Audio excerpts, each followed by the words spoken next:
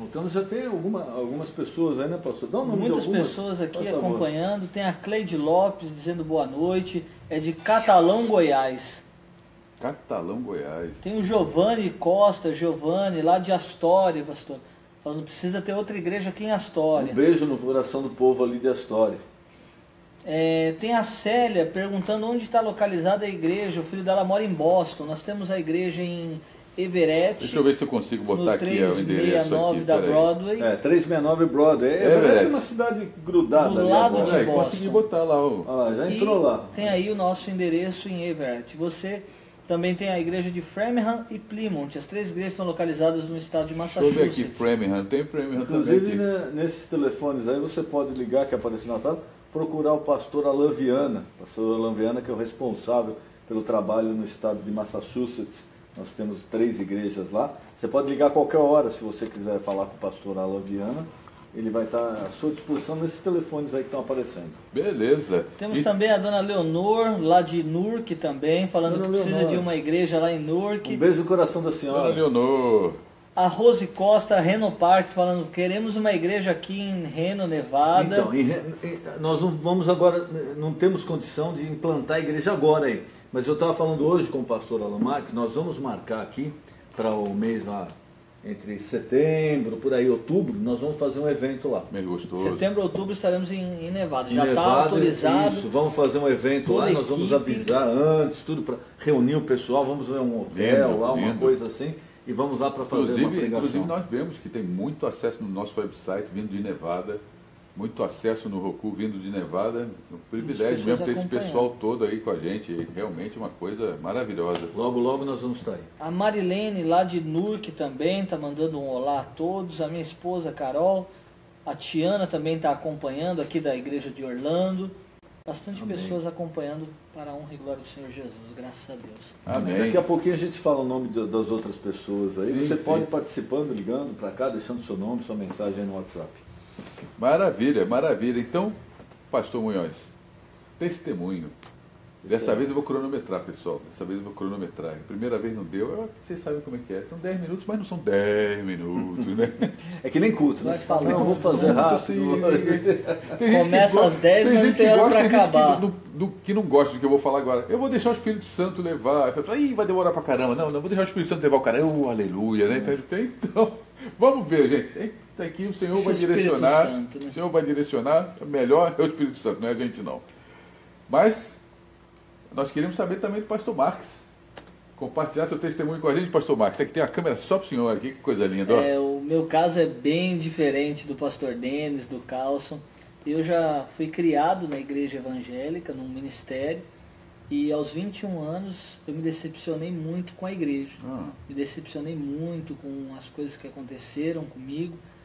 E aí o mal, eu entendo como mal hoje, colocou algo na minha cabeça que me fez mudar o pensamento. E aí eu que fazia tudo desde criança na igreja da melhor maneira, correta, como aprendi, falei, agora eu vou fazer tudo errado. Eita, caramba. E aí foi quando a minha vida virou. Saí para o mundo, não queria mais saber de igreja. Eu saía de casa e aí entra o papel da mãe, a gente vê o quanto a mãe é importante na Quanto o nossa joelho. vida, né? Enquanto a mãe sofre, né? Quanto a mãe sofre com os filhos, porque da mesma forma que a mãe do pastor Denis orava por ele, minha mãe teve que orar, chorar muito por mim. Então, às vezes eu estava saindo de casa, criado dentro da igreja, e eu ia para a noitada, e quando eu estava na porta, minha mãe falava, filho, se unge para Deus te guardar.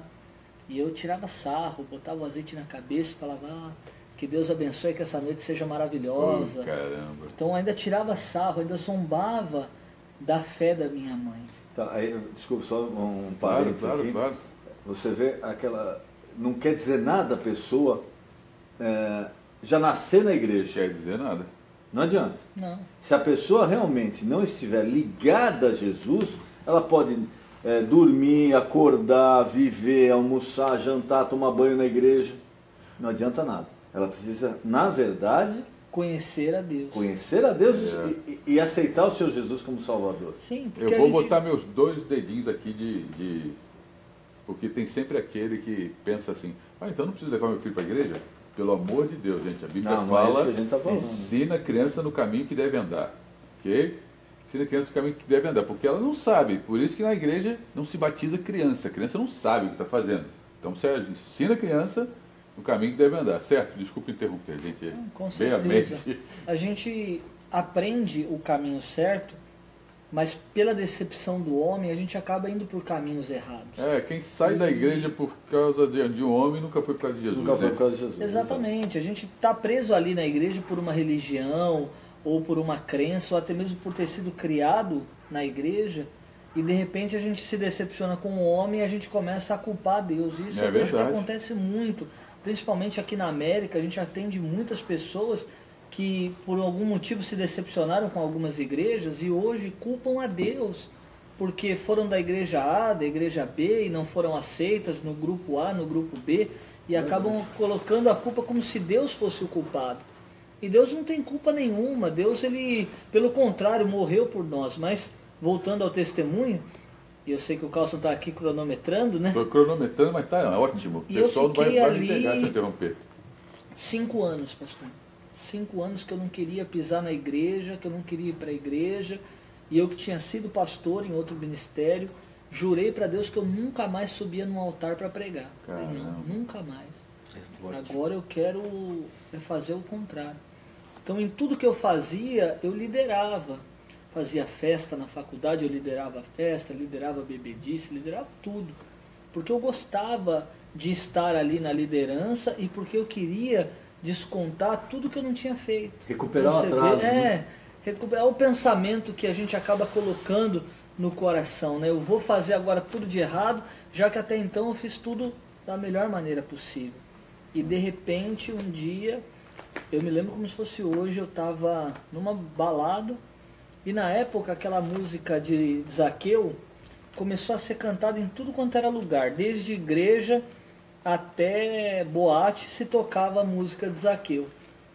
E de repente eu bêbado aquela noite, começou a tocar essa música e eu comecei a xingar esses crentes desgraçados, e ali o palavrão já rolava solto, né? Então, tudo quanto era nome, eu comecei a xingar os crentes, que eu tinha sido crente, tinha nascido num berço evangélico e não queria nem saber de papo de igreja, de papo de crente, pelo contrário.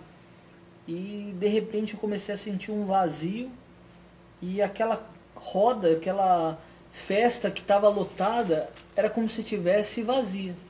É como se não tivesse ninguém. E o que mais me chama a atenção nesse dia, pastor, é que eu comecei a chorar tanto, tanto, tanto.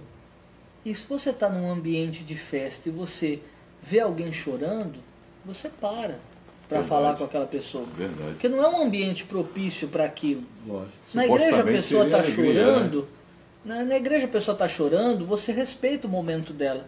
Mas numa festa você pega alguém chorando, e ainda mais eu que achava que tinha muitos amigos, eu me vi sozinho e ninguém parou para falar comigo.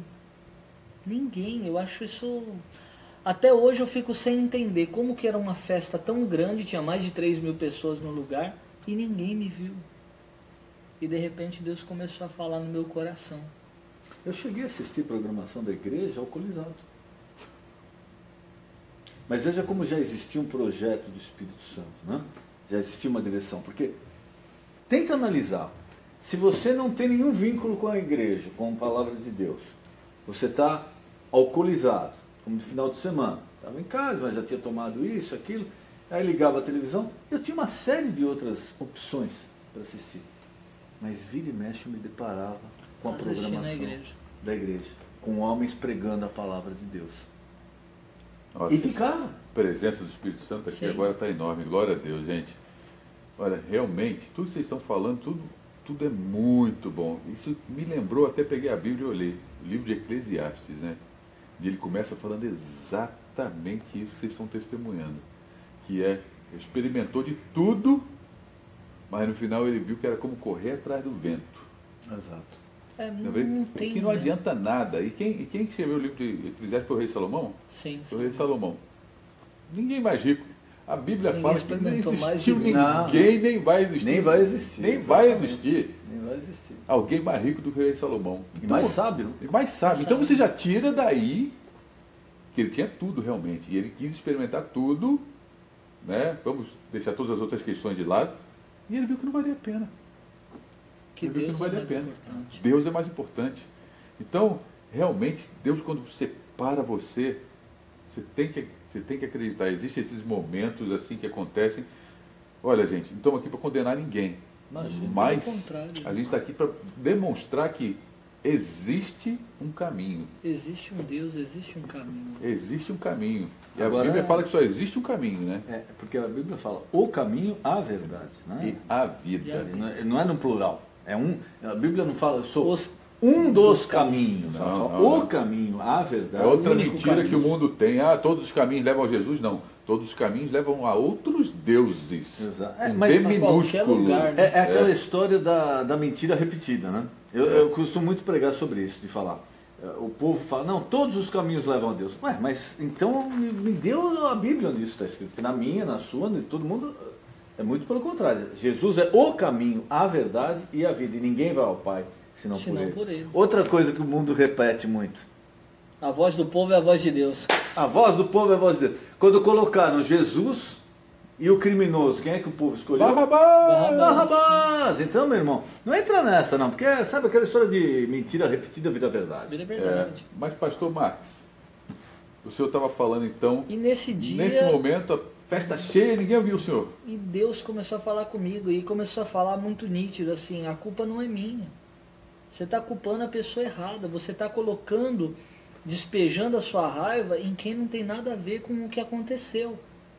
O que homens fazem não é o que eu quero fazer na sua vida.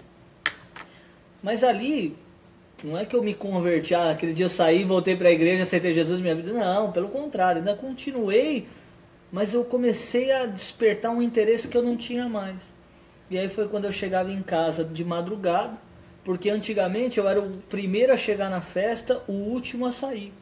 Não sei se você conhece ali em São Paulo a rua Taquá, que fica atrás Taquá. da faculdade. Exato. Até depois saiu até no Globo Repórter. Era aquela rua, tudo que acontecia na faculdade FMU ficava naquela rua, porque o pessoal começava a beber 7 da noite na sexta-feira, acabava às 7 da manhã do sábado. E nós chegamos a fazer uma cervejada uma vez lá de vender 14 mil garrafas de cerveja em um período de 4 horas. E eu era sempre o primeiro a chegar e o último a sair. E eu comecei a voltar mais cedo para casa, Carlos. Eu que era o primeiro a chegar, o último a sair, eu comecei a 3 horas da manhã, não queria mais ficar no lugar, começava a ficar incomodado, começava a sentir vômito, enjoo, náusea, pegava o meu carro e ia para casa. Poder de Deus. Sentava no sofá, ligava a programação e começava a assistir o apóstolo. Aquela coincidência da programação tá falando com você, né? Coincidência, gente, coincidência. Tipo, agora a gente está falando aqui, você está se identificando. Não é a gente, Exato. É Deus. é Deus. E o que mais me chamava a atenção, é que o senhor também foi de um ministério bem parecido, é que a gente já começou, eu fui criado dizendo o seguinte, ou Deus faz ou Deus me mata, ou é ou não é. Um evangelho muito radical, dizendo que como Um que erro Deus muito grande, né? tinha que fazer Nada tudo disso. para a minha vida. E um dia eu peguei o apóstolo pregando e falando que sobre o pai dele, que o pai dele nunca fez nada por ele, que o pai dele muitas das vezes bateu nele, e com 14 anos ele foi embora de casa. E ele colocou essa comparação em relação a Deus. Ok. Que mesmo o pai dele nunca, não tendo condição de fazer nada por ele, continuava sendo o pai dele. E que Deus não podia fazer nada pela pessoa, mas ela tinha que amar a Deus porque Deus era pai. E esse ponto foi o que mais pegou na minha vida, porque eu falei, poxa, eu tenho que amar a Deus não pelo que Deus pode fazer por mim. Eu tenho que amar a Deus porque um dia Ele já fez o mais importante. Então se hoje eu ganhar dinheiro ou não ganhar dinheiro, se eu for feliz ou não for feliz, se eu tiver uma doença ou for curado, independente de qualquer coisa, eu tenho que amar a Deus acima de todas as coisas. Sempre nós vamos ser devedores de Deus. Sim. Independente, qualquer circunstância. Nós vamos sempre ser devedores de Deus. E essa história, quando a gente coloca assim, não, Deus faz isso ou faz aquilo, ou você só procura a Deus no momento de necessidade, é como você que é pai, como você que é mãe. Imagina você ter um filho. Olha o time do Carlson já apertando. Não, Né, é que eu invadi o tempo aqui. Mas imagina você que é pai ou mãe, e o seu filho, toda vez que te procurar, procura assim, pai, me dá um dinheiro. Mãe, me dá aquela coisa.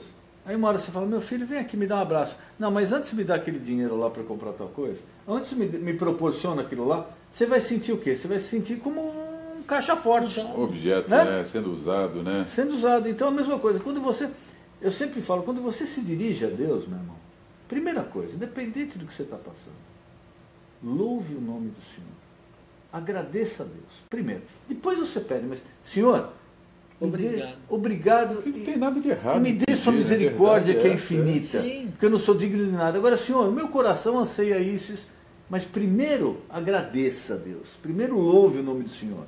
Segundo, manifeste a sua insignificância e a grandeza de Deus. Certamente você vai ser abençoado. Me lembrou até meus domingos, assim, na escola dominical, mesmo depois de grande. Assim, pessoas ensinando a ensinar realmente, ensinando a orar. Pessoas assim, eu não sei como ora, conversa com Deus. Como o pastor falou, exatamente na minha cabeça me veio, às vezes os filhos pedem isso, pedem aquilo, graças a Deus tem filhos ótimos, o pastor tem uma filha ótima também, mas o mínimo que o seu filho faz por você, você já se emociona. É verdade. Sim. O mínimo, não é verdade? Imagina Deus. Imagina Deus. E olha, e se for reclamar, não existe ninguém que é melhor para ouvir reclamação do que Deus. Com certeza. Ninguém melhor. E outra, né? Está sempre disponível. Sempre disponível. Sempre Entende pra tudo. ouvir, né? Ninguém precisa defender, sabe se defender muito bem, não é verdade? Está disponível e pronto para te perdoar, né? Prontíssimo. Deus muda de ideia também. Deus muda de ideia. Teve lá o rei que pediu para não morrer naquela época, mas teve mais 15 anos. 15 anos Teve mais 15 anos. Deus não mudou de ideia. Deus não muda de ideia, está aí na Bíblia. Mesmo que não é. Mesmo que não é. Eu não tinha decidido, vou acabar com a humanidade. Não, mas se tiver está lá. Glória a Deus. Mas é isso. Pastor Munhoz, vamos voltar aqui no pastor Marcos. Vamos terminar. Vamos terminar aqui o testemunho. A gente só está invadindo aqui o testemunho dele. E aí foi quando eu comecei a assistir a programação da igreja, assisti o apóstolo, e foi um evangelho totalmente diferente do que eu já tinha ouvido. Porque nesse inteirinho, às vezes eu usava a desculpa de ir para a igreja por interesse, conhecia uma moça, ela queria ir no domingo de manhã na igreja, eu tinha dormido lá, já acabava indo também, então, mas sem interesse nenhum de Deus. E não identificava com nenhuma pregação.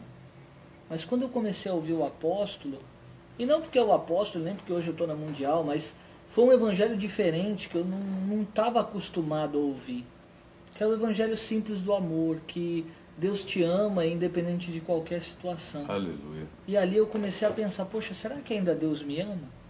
Depois de tudo que eu fiz, depois de tudo que eu vivi, depois de todas as besteiras que eu falei, e uma palavra que pega muito assim, principalmente para quem foi desse ministério, é aquele maldito é o que pega no arado e olha para trás. Isso a gente acaba carregando no coração, que a gente é maldito, que Deus nunca vai nos perdoar. Então, essa é uma estratégia do diabo, né? Total. Ele quer falar, o que você fez não tem perdão. Ele é um mentiroso. Sim. E aí Todos os junta pecados foram uma perdoados. outra palavra que também é muito falada, que é a blasfêmia, né? Não tem perdão. E eu blasfemei muito contra Deus, ainda mais porque eu conhecia a palavra. Porque enquanto você faz as besteiras sem conhecer a palavra, tem um peso, mas quando você faz conhecendo a palavra, tempo da ignorância, você tem um outro peso. E ali eu comecei a entender o amor de Deus. Mesmo assim, relutava em relação ao altar. Depois de quase 2 anos na igreja, aconteceu uma oportunidade, um bispo amigo meu, que já estava na obra, falou, não, Alan, vem para o altar, você não é do ato. E nessa mesma ocasião, eu me lembro como se fosse hoje, eu tinha um amigo, ele também mexia com festa, e tinha a maior festa de São Paulo. É uma festa muito conhecida, até que eles colocam os brinquedos, parques de diversão no meio dessa festa, é como se fosse uma rave. Ok. E eu tinha que decidir entre ir para essa festa, com esse meu amigo, com camarote, tudo, ou ir para a entrevista com o apóstolo para entrar na igreja. Eu já estava firme na igreja, mas como eu trabalhava às vezes com eventos, então eu tinha que estar em alguns eventos, mesmo estando firme na igreja. E ali foi o divisor de águas. Okay. Se eu fosse para a festa, eu nunca mais ia sair dessa vida. Se eu fosse para a igreja, eu nunca mais ia abandonar o altar. Já estava ali o ultimato, né? Você vê como Satanás, É. ele tenta até... No teu emprego, às vezes, né? Ele Porque tenta no em caso tudo. dele é. Porque, olha, vamos falar uma coisa. Ele é um derrotado, está amarrado em nome de Jesus, mas o bicho é teimoso. Teimoso, teimoso. É Ele não desiste miserável, fácil, não. miserável, mas é teimoso e inteligente. Miserável. Não desiste Miserável. fácil. Você vê, ele coloca até o último obstáculo, até a última hora para ver se a pessoa... Ué, ele é tão perturbado que ele tentou próprio Senhor tentou o Jesus. Senhor Jesus. Imagina nós, miseráveis, pequenos e pecadores. É. E ali eu fui para esse estado ajudar esse meu amigo, mas com o coração na festa. Caramba. Porque Porque vai mudando devagarinho, não adianta né, você gente? ser hipócrita, né? Não adianta você falar, ah, não, eu fui para Jesus e Jesus é maravilhoso Gente, e eu pronto. prefiro não. vocês bêbados dentro da igreja do que do lado de fora, numa boa. Não tem problema não. Venha como estás. Exato. Sim, Venha como está. Está todo mundo bem-vindo. sim. Prefiro você ali, ó, na boa, no papo, doidão sentado no primeiro banco, do que sentado na esquina, não é verdade? Ah, não Com tem certeza. Não tem tem problema. dúvida. Ninguém... E você não pode criticar. É um exemplo que eu sempre dou aqui, né? Teve em uma igreja, eu já falei isso daí, eu não vou citar nomes, porque, mas uma igreja aqui dos Estados Unidos, eu recebi um telefonema de uma senhora, membro dessa igreja já de muito tempo, dizendo, olha pastor, eu vou falar uma coisa para o senhor que o senhor não deve estar sabendo. O senhor sabe que na igreja tal, aqui dos Estados Unidos, tem 2 homossexuais que frequentam a igreja. E eu já conhecia, porque eu já tinha ido lá pregar várias vezes. E realmente, 2 pessoas, 2 homossexuais, que estavam se libertando, estavam aceitando o Senhor Jesus, estavam abandonando o homossexualismo. E aí já vou abrir um parênteses para vocês. Deus ama o homossexual, como nós amamos o homossexual. Verdade. Como Deus o condena ladrão, como a o prostituta. homossexualismo, que é Amo. totalmente diferente. Pecador não ama o pecado. É o procedimento que Deus condena. Então não tente levar para o outro lado. E o que eu respondi para a senhora foi o seguinte. Eu falei, não, eu sei. Como? O senhor já sabe disso? E o senhor permite isso daí? Eu falei, olha, foi bom a senhora ter me ligado pelo seguinte. A senhora me deu uma ideia. Eu vou colocar uma placa agora do lado de fora da igreja, Uhum. dizendo que não é permitido a entrada de... Eu não vou entrar, a senhora não vai entrar, o pastor não vai entrar, o apóstolo não vai Me entrar. inclui nessa lista. Só vai entrar anjos. Como o senhor está me ofendendo? Eu falei, não, desculpe, quem está sendo cruel com o irmão é a senhora, porque a senhora quer o quê? Que nós pegamos esses 2 homossexuais e nós largamos na mão de Satanás. De Olha, maneira aqui na nenhuma. igreja vocês não podem entrar. Tó, Satanás, cuida deles. Não vamos Não, fazer e isso fala nunca. com coisa Muito que bem-vindo. não, como se ela Nunca. não tivesse nenhum pecado. Exato. Não, olha, a primeira que vai precisar de oração, de uma boa. Primeiro vai precisar de oração é ela. Ela? Sim. Não, e as pessoas têm a mania de condenar o outro só porque o pecado do outro é diferente. É verdade. Sim. Não é? Não existe pecadinho. É uma pecadão. maneira, eu acho que até mesmo de esconder seu próprio pecado. Você aponta o pecado do outro porque você anula o seu. É. Diante das pessoas, mas nunca diante de Deus. Porque independente se é homossexual, se é prostituta, se é bandido, se é isso ou aquilo. Não existe a pecado gente- que não é perdoado. É verdade. A gente está todos diante de Deus na mesma E condição. se a gente não está vendo, não quer dizer que Deus não está Sim. fazendo. Hã? O que Deus está Exato. falando com o cara ali? Que sabe? Ô, gente, imagina que não é uma pessoa, um cara, um pecador publicamente assumido entrar na igreja e sentar ali. Imagina, que coragem dessa pessoa. É verdade. Coragem. É verdade. Eu aplaudo uma pessoa Não, dessa. e é um pecado visível. Pecado visível, não é? Né? Aquele Sim, pecado do cara escondido, que oculto. rouba lá um dinheirinho que ninguém que ele vai viu, entrar o na cara pega o igreja, doce, não sei o que Bem lá, vestido, vai sentar no lugar. Você não imagina. tira uma cópia de graça do trabalho. É tudo pecado, gente. Não vem com essa de. Então, essa história de apontar o dedo é muito É complicado. mole, é mole. muito Todo complicado. mundo faz não isso e tem está como. todo mundo errado. Muito Está complicado. todo mundo errado, né? Mas voltemos aqui ao pastor Alan Marques. E aí foi aonde houve o divisor de águas. Dali eu comecei a me envolver com a obra, com a igreja, e aquele desejo de pregar a palavra começou de novo a nascer no coração. E isso foi, eu acho que, o mais importante, porque era um desejo que eu tinha desde criança, um desejo que eu deixei de fazer muitas coisas, tive muitas oportunidades na minha infância, e minha mãe, muito sábia, na época sentava comigo e falava, olha, você escolhendo esse caminho, o altar vai ficar mais difícil, vai ser mais longe para você. E eu sempre optei pelo altar, até que com 20 anos eu acabei abandonando o altar. E voltar para o altar depois de 5 anos foi muito bom. Foi muito bom, foi uma decisão que Deus me deu o privilégio de tomar e voltar para a obra de Deus, que é a única coisa que eu sei fazer. Amém. Aí você fala assim, poxa, mas você teve uma profissão, isso, tive uma profissão, ganhei muito dinheiro, graças a Deus, com a minha profissão. Mas se você falar assim, o que você ama fazer? É pregar a palavra de Deus. Seu chamado. Exatamente. Não, e o pastor, que eu sempre falo, né? O pastor que não sente falta do altar, que não sente falta do primeiro amor, de evangelizar, de ir em hospital, de ir em presídio, de falar de Jesus, tem que se reexaminar. Porque quando você perde esse primeiro amor, é que alguma coisa não está bem com você. Seu chamado acabou, né? Alguma coisa não está bem com você. Mas é uma bênção aqui. A gente agradece o pastor Marcos ter compartilhado com a gente aí o que a gente deixou, né?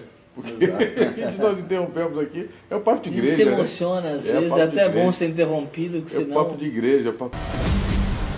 O nódulo sumiu, apóstolo. Desapareceu o caroço. Levantou o paralítico aí? Olha lá, levantou o paralítico, igreja. Olha lá o povo feliz, ó. Graças a Deus, estou enxergando limpinho. Eu não faço milagre, meu Deus faz milagre, eu estou mostrando para vocês.